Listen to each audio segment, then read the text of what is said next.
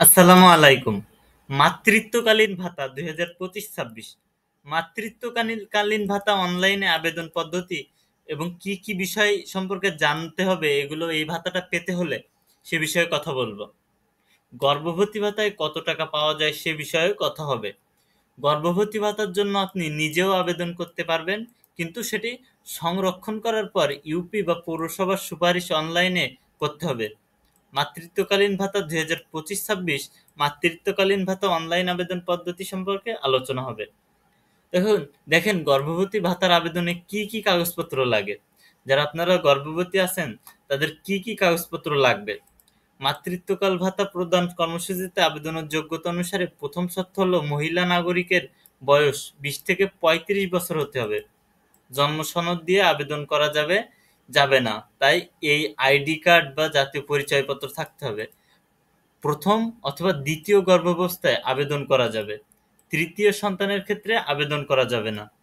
নিজ নামে পছন্দসই অনলাইন মোবাইল ব্যাংকিং অ্যাকাউন্ট যেমন নগদ বা বিকাশ থাকতে হবে।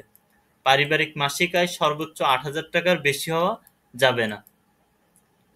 এ হচ্ছে বিষয় আশয়। স্বামী ও স্ত্রীর ইউনিয়ন পরিষদ হতে আবেদন করতে হবে।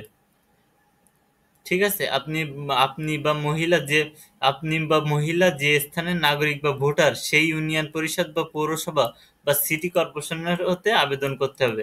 নাগরিক ইউএনই এমন কেউ শিশু ভাতা, মাতৃত্বকালীন ভাতা ও গর্ভবতী ভাতার জন্য আবেদন করতে পারবে না। আপনি নিজে অনলাইনে বা ইউনিয়ন বা উপজেলা উদ্যোক্তার মাধ্যমে আবেদন দাখিল করতে পারেন।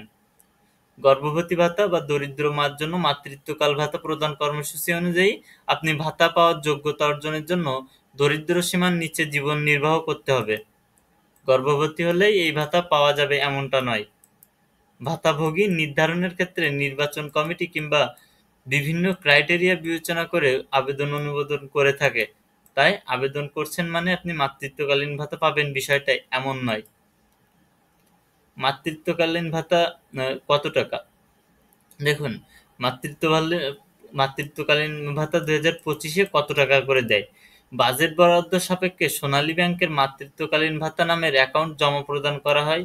পরবর্তীতে ভাতাভোগীদের মাঝে ভাতার অর্থ প্রেরণের লক্ষ্যে জেলা উপজেলায় মহিলা বিষয়ক কর্মকর্তা উপজেলা নির্বাহী অফিসারের যৌথ স্বাক্ষরে পরিচালিত মাদার অ্যাকাউন্ট হতে স্ব-স্ব ভাতাভোগীদের নামে ১০ টাকার হিসাব খোলা হয় সংশ্লিষ্ট ব্যাংকে অ্যাকাউন্ট এই পেচেক প্রেরণ করা হয় এবং নির্বাচিত ভাতাভোগীদের মাসিক জনপ্রতি ৮০০ টাকা হারে ভাতাভোগীদের নিজস্ব ব্যাংক হিসাবে ৬ মাস পর পর মোট ২৪ মাসের অর্থ প্রদান করা হয়।